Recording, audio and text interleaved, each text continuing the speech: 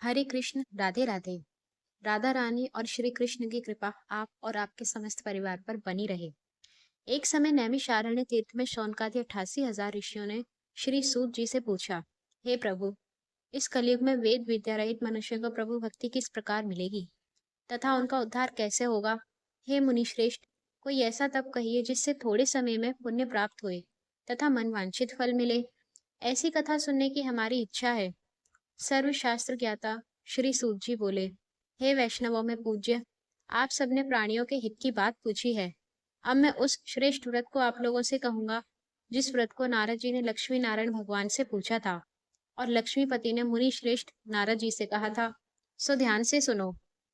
एक समय योगीराज नारद जी दूसरों के हित की इच्छा से अनेक लोकों में घूमते हुए मृत्यु लोक में आ पहुंचे। यहाँ अनेक योनियों में जन्मे हुए प्राय सभी मनुष्यों को अपने कर्मों के अनुसार अनेकों दुखों से पीड़ित देखकर सोचा, किस यत्न के करने से निश्चय ही प्राणियों के दुखों का नाश हो सकेगा। ऐसा मन में सोचकर विष्णु लोक को गए। वहां श्वेत वर्ण और 4 भुजाओं वाले देवों के ईश नारायण को देखकर, जिनके हाथों में शंख चक्र गदा और पद्म थे तथा वरमाला पहने हुए थे, स्तुति करने लगे। हे भगवान, आप अत्यंत शक्ति से संपन्न हैं। मन तथा वाणी भी आपको नहीं पा सकती। आपका आदि मध्य अंत भी नहीं है। आप निर्गुण स्वरूप सृष्टि के आदि भूत व भक्तों के दुखों को नष्ट करने वाले हो। आपको मेरा प्रणाम। नारद जी से इस प्रकार की स्तुति सुनकर विष्णु भगवान बोले, हे मुनि श्रेष्ठ, आपके मन में क्या है? आप आपका किस काम के लिए आगमन हुआ है? निसंकोच कहें। तब नारद मुनि बोले, मृत्युलोक में सब मनुष्य जो अनेक योनियों में पैदा हुए हैं, अपने अपने कर्मों के द्वारा अनेक प्रकार के दुखों से दुखी हो रहे हैं। हे नाथ, यदि आप मुझ पर दया रखते हो तो बताइए कि उन मनुष्यों के सब दुख थोड़े से ही प्रयत्न से कैसे दूर हो सकते हैं। श्री विष्णु भगवान जी बोले, हे नारद, मनुष्य की भलाई के लिए तुमने बहुत अच्छी बात पूछी है। जिस काम के करने से मनुष्य मोह से छूट जाता है, वो मैं कहता हूँ, सुनो। बहुत पुण्य देने वाला स्वर्ग तथा मृत्यु लोक दोनों में दुर्लभ एक उत्तम व्रत है। आज मैं प्रेमवश होकर तुमसे कहता हूँ, श्री सत्यनारायण भगवान का यह व्रत अच्छी तरह विधि पूर्वक करके मनुष्य धरती पर आयु पर्यंत सुख भोग कर मरने पर मोक्ष को प्राप्त होता है। श्री भगवान के वचन सुनकर नारद मुनि बोले, हे भगवान, उस व्रत का फल क्या है? क्या विधान है? और किसने यह व्रत किया है? और किस दिन यह व्रत करना चाहिए, विस्तार से कहिए। विष्णु भगवान बोले, हे नारद, दुख शोक आदि को दूर करने वाला, धन धान्य को बढ़ाने वाला, सौभाग्य तथा संतान को देने वाला, यह व्रत सब स्थानों पर विजयी करने वाला है। भक्ति और श्रद्धा के साथ किसी भी दिन मनुष्य श्री सत्यनारायण की प्रातः काल के समय ब्राह्मणों और बंधुओं के साथ धर्मपरायण होकर पूजा करे। भक्ति भाव से नैवेद्य केले का फल, शहद, घी और गेहूं का आटा सवाया ले। गेहूं के अभाव में साठी का चूर्ण भी ले सकते हैं और सब पदार्थों को भगवान के अर्पण कर दें तथा बंधुओं सहित ब्राह्मणों को भोजन कराएं। पश्चात स्वयं भोजन करें। रात्रि में नृत्य गीत आदि का आयोजन कर सत्यनारायण भगवान का स्मरण करते हुए समय व्यतीत करें। इस तरह व्रत करने पर मनुष्य को इच्छा पूर्ण होती है। विशेष रूप से कलिकाल में भूमि पर यही मोक्ष का सरल उपाय है। दूसरा अध्याय। सूत जी बोले, हे ऋषियों, जिसने पहले समय में इस व्रत को किया है, उनका इतिहास कहता हूँ, ध्यान से सुनो। सुंदर काशीपुरी नगरी में एक अत्यंत निर्धन ब्राह्मण रहता था। वह भूख और प्यास से बेचैन हुआ नित्य पृथ्वी पर घूमता था। ब्राह्मणों से प्रेम करने वाले भगवान ने ब्राह्मण को दुखी देखकर बूढ़े ब्राह्मण का रूप धर उसके पास जा आदर के साथ पूछा, हे विप्र, तुम नित्य दुखी हुए पृथ्वी पर क्यों घूमते हो? हे ब्राह्मण, यह सब मुझसे कहो, मैं सुनना चाहता हूँ। ब्राह्मण बोला, मैं निर्धन ब्राह्मण हूँ, भिक्षा के लिए पृथ्वी पर फिरता हूँ। हे भगवान, यदि आप इससे छुटकारा पाने का कोई उपाय जानते हो तो कृपा कर मुझे बताएं। वृद्ध ब्राह्मण बोला, हे विप्र, सत्यनारायण भगवान मनवांछित फल देने वाले हैं, इसलिए तुम उनका पूजन करो, जिसके करने से मनुष्य सब दुखों से मुक्त हो जाता है। ब्राह्मण को व्रत का सारा विधान बतलाकर बूढ़े ब्राह्मण का रूप धारण करने वाले सत्यनारायण भगवान अंतर ध्यान हो गए। जिस व्रत को वृद्ध ब्राह्मण ने बतलाया है, मैं उसको करूंगा। यह निश्चय करने पर उसे रात में नींद भी नहीं आई। वो सवेरे उठ सत्यनारायण के व्रत का निश्चय कर भिक्षा के लिए चला गया। उस दिन उसको भिक्षा में बहुत धन मिला, जिसके बंधु बांधवों के साथ उसने सत्यनारायण भगवान का व्रत किया। इसके करने से वह ब्राह्मण सब दुखों से छूटकर अनेक प्रकार की संपत्तियों से युक्त हुआ। उस समय से वह ब्राह्मण हर मास व्रत करने लगा। इस तरह सत्यनारायण भगवान के व्रत को जो करेगा, वह मनुष्य सब दुखों से छूट जाएगा। इस तरह नारद जी से सत्यनारायण भगवान का कहा हुआ यह व्रत मैंने तुमसे कहा। हे विप्रो, मैं अब और क्या कहूँ? ऋषि बोले, हे मुनीश्वर, संसार में इस ब्राह्मण से सुनकर किस किसने यह व्रत को किया है, हम वह सब सुनना चाहते हैं। इसके लिए हमारे मन में जिज्ञासा है। सूत जी बोले, हे मुनियो, जिस जिसने इस व्रत को किया है वो सब सुनो। एक समय वो ब्राह्मण धन और ऐश्वर्य के अनुसार बंधु बांधवों के साथ व्रत करने को तैयार हुआ। उसी समय एक लकड़ी बेचने वाला बूढ़ा आदमी आया और बाहर लकड़ियों को रखकर ब्राह्मण के मकान में गया। प्यास से दुखी लकड़हारा उनको व्रत करते देखकर ब्राह्मण को नमस्कार कर कहने लगा, आप यह क्या कर रहे हैं और इसके करने से क्या फल मिलता है, कृपा करके मुझको बताइए। ब्राह्मण ने कहा, सब मनोकामनाओं को पूरा करने वाला यह सत्यनारायण भगवान का व्रत है। इसकी ही कृपा से मेरे यहाँ धन धान्य आदि की वृद्धि हुई है। ब्राह्मण से इस व्रत के बारे में जानकर लकड़हारा बहुत प्रसन्न हुआ। चरणामृत ले और प्रसाद खाने के बाद अपने घर को गया। अगले दिन लकड़हारे ने अपने मन में इस प्रकार का संकल्प किया कि आज ग्राम में लकड़ी बेचने से जो धन मिलेगा, उसी से सत्यनारायण देव का उत्तम व्रत करूंगा। यह मन में विचार कर वह बूढ़ा आदमी लकड़ियां अपने सिर पर रखकर जिस नगर में धनवान लोग रहते थे, ऐसे सुंदर नगर में गया। उस दिन वहां पर उसे उन लकड़ियों का दाम पहले दिनों से चौगुना मिला। तब वह बूढ़ा लकड़हारा दाम ले और अति प्रसन्न होकर पके केले, शक्कर, घी, दूध, दही और गेहूं का चूर्ण इत्यादि सत्यनारायण भगवान के व्रत की कुल सामग्रियों को लेकर अपने घर गया। फिर उसने अपने भाइयों को बुलाकर विधि के साथ भगवान का पूजन और व्रत किया। उस व्रत के प्रभाव से वह बूढ़ा लकड़हारा धन पुत्र आदि से युक्त हुआ और संसार के समस्त सुख भोग कर बैकुंठ को चला गया। तीसरा अध्याय। सूत जी बोले, हे श्रेष्ठ मुनियों, अब आगे की कथा कहता हूँ, सुनो। पहले समय में उल्कामुख नाम का एक बुद्धिमान राजा रहता था। वह सत्यवक्ता और जितेंद्रिय था। प्रतिदिन देव स्थानों पर जाता तथा गरीबों को धन देकर उनके कष्ट दूर करता था। उसकी पत्नी कमल के समान मुख वाली और सती साध्वी थी। पुत्र प्राप्ति के लिए भद्रशिला नदी के तट पर उन दोनों ने श्री सत्यनारायण भगवान का व्रत किया। उस समय में वहां एक साधु नामक वैश्य आया। उसके पास व्यापार के लिए बहुत सा धन था। वो नाव को वह किनारे पर ठहराकर राजा के पास गया और राजा को व्रत करते हुए देखकर विनय के साथ पूछने लगा, हे राजन, भक्ति युक्त चित्त से आप ये क्या कर रहे हैं? मेरी सुनने की इच्छा है, सो आप मुझे ये बताइए। राजा बोला, हे वैश्य, अपने बांधवों के साथ पुत्र आदि की प्राप्ति के लिए महाशक्तिवान सत्यनारायण भगवान का व्रत व पूजन कर रहा हूँ। राजा के वचन सुनकर साधु आदर से बोला, हे राजन, मुझसे इसका सब विधान कहो, मैं भी आपके कथनानुसार इस व्रत को करूंगा। मेरे भी कोई संतान नहीं है, मुझे विश्वास है कि इस व्रत के करने से निश्चय ही होगी। राजा से सब विधान सुन व्यापार से निवृत्त हो वह आनंद के साथ अपने घर को गया। साधु ने अपनी स्त्री को संतान देने वाले इस व्रत को सुनाया और प्रण किया कि जब मेरे संतान होगी तब मैं इस व्रत को करूंगा। साधु ने ऐसे वचन अपनी स्त्री लीलावती से कहे।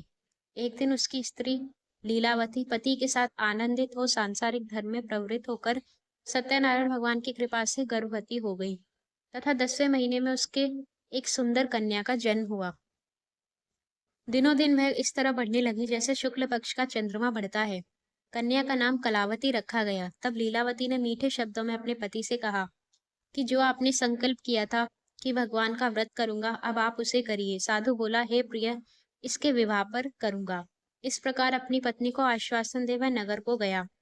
कलावती पितृगृह में वृद्धि को प्राप्त हो गई। साधु ने जब नगर में सखियों के साथ अपनी पुत्री को देखा तो तुरंत दूत बुलाकर कहा कि पुत्री के वास्ते कोई सुयोग्य वर देखकर लाओ। साधु की आज्ञा पाकर दूत कंचन नगर पहुंचा और वहां पर बड़ी खोज कर देखभाल कर लड़की के लिए सुयोग्य वणिक पुत्र को ले आया। उस सुयोग्य लड़के को देखकर साधु ने अपने बंधु बांधवों सहित प्रसन्नचित्त हो अपनी पुत्री का विवाह उसके साथ कर दिया। किंतु दुर्भाग्य से विवाह के समय भी उस व्रत को करना भूल गया। तब श्री सत्यनारायण भगवान क्रोधित हो गए और साधु को श्राप दिया कि तुम्हें दारुण दुख प्राप्त होगा। अपने कार्य में कुशल साधु वैश्य अपनी जमाता सहित समुद्र के समीप स्थित रत्नपुर नगर में गया और वहां दोनों ससुर जमाई चंद्रकेतु राजा के उस नगर में व्यापार करने लगे। एक दिन भगवान सत्यनारायण की माया से प्रेरित कोई चोर राजा का धन चुराकर भागा जा रहा था। किंतु राजा के दूतों को आता देखकर चोर ने घबराकर भागते हुए राजा के धन को वहीं चुपचाप रख दिया जहां वे ससुर जमाई ठहरे हुए थे। जब दूतों ने उस साधु वैश्य के पास राजा के पास धन को रखा हुआ देखा तो वे दोनों को बांध कर ले गए और राजा के समीप जाकर बोले, हे राजन, यह दो चोर हम पकड़ लाए हैं, देखकर आज्ञा दीजिए। तब राजा की आज्ञा से उनको कठोर कारावास में डाल दिया और उनका सब धन छीन लिया। सत्यनारायण भगवान के श्राप के कारण साधु वैश्य की पत्नी व पुत्री भी घर पर बहुत दुखी हुई। उनके घर पर जो धन रखा था चोर चुरा कर ले गए। शारीरिक व मानसिक पीड़ा तथा भूख प्यास से अति दुखित हो अन्न की चिंता में कलावती एक ब्राह्मण के घर गई। वहां उसने सत्यनारायण भगवान का व्रत होते देखा, फिर कथा सुनी तथा प्रसाद ग्रहण कर रात को घर आई। माता कलावती ने कहा, हे पुत्री, अब तक कहाँ रही व तेरे मन में क्या है? कलावती बोली, हे माता, मैंने एक ब्राह्मण के घर श्री सत्यनारायण भगवान का व्रत होते देखा है। कन्या के वचन सुनकर लीलावती भगवान के पूजन की तैयारी करने लगी। लीलावती ने परिवार और बंधुओं सहित श्री सत्यनारायण भगवान का पूजन किया और वर मांगा कि मेरे पति और दामाद शीघ्र ही घर आ जाएं। साथ ही प्रार्थना की कि हम सबका अपराध क्षमा करो। सत्यनारायण भगवान इस व्रत से संतुष्ट हो गए और राजा चंद्रकेतु को स्वप्न में दर्शन देकर कहा, हे राजन, जिन दोनों वैश्यों को तुमने बंदी बना रखा है वे निर्दोष हैं। उन्हें प्रातः ही छोड़ दो और उनका सब धन जो तुमने ग्रहण किया है लौटा दो, नहीं तो मैं तेरा धन राज्य पुत्र आदि सब नष्ट कर दूंगा। राजा से ऐसे वचन कहकर भगवान अंतर ध्यान हो गए। प्रातःकाल राजा चंद्रकेतु ने सभा में अपना स्वप्न सुनाया। फिर दोनों बड़े पुत्रों को कैद से मुक्त कर सभा में बुलाया। दोनों ने आते ही राजा को नमस्कार किया। राजा मीठे वचनों से बोला, हे महानुभावों, तुम्हें भावी वश ऐसा कठिन दुख प्राप्त हुआ है। अब तुम्हें कोई भय नहीं। ऐसा कहकर राजा ने उनको नए नए वस्त्राभूषण पहनवाए तथा उनका जितना धन लिया था उससे दुगना धन देकर आदर सहित विदा किया। दोनों वैश्य अपने घर को चल दिए। चौथा अध्याय। सूत जी बोले, वैश्य ने मंगलाचार करके यात्रा आरंभ की, अपने नगर को चला।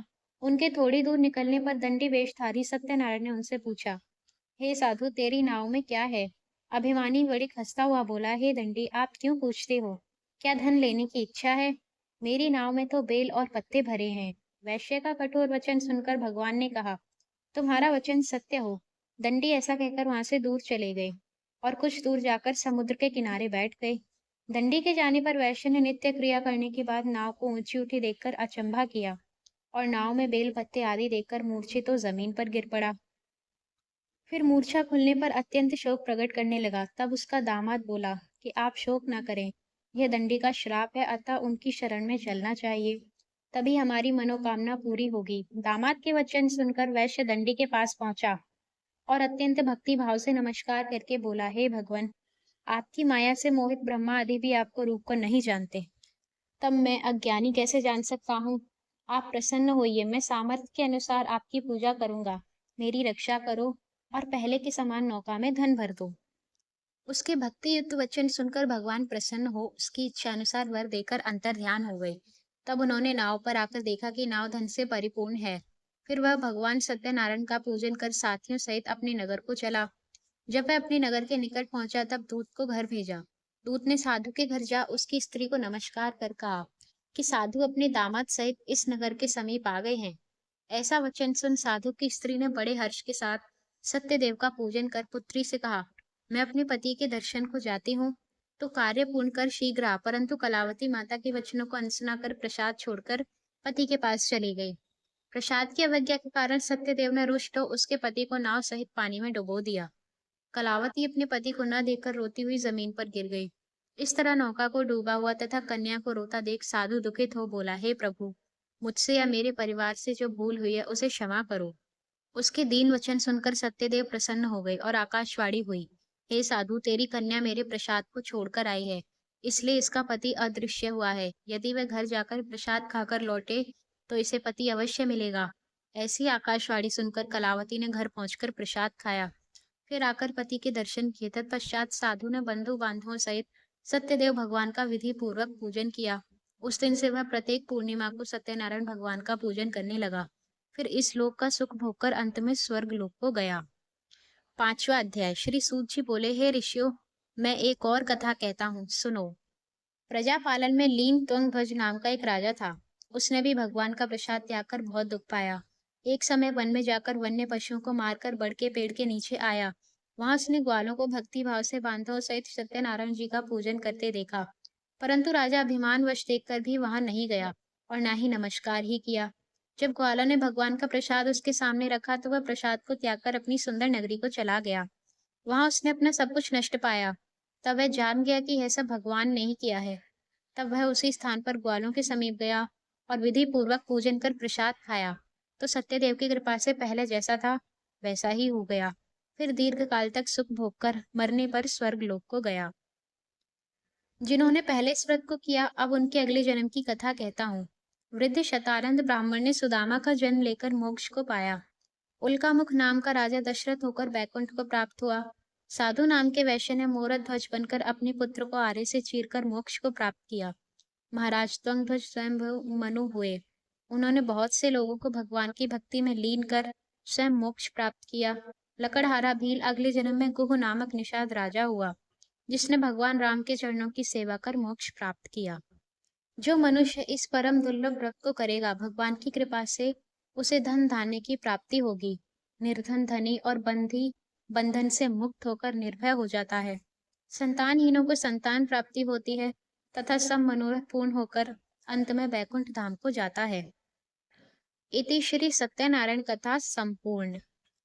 श्रीमन्नारायण नारायण नारायण श्रीमन्नारायण नारायण नारायण भजमन नारायण नारायण नारायण श्रीमन्नारायण नारायण नारायण।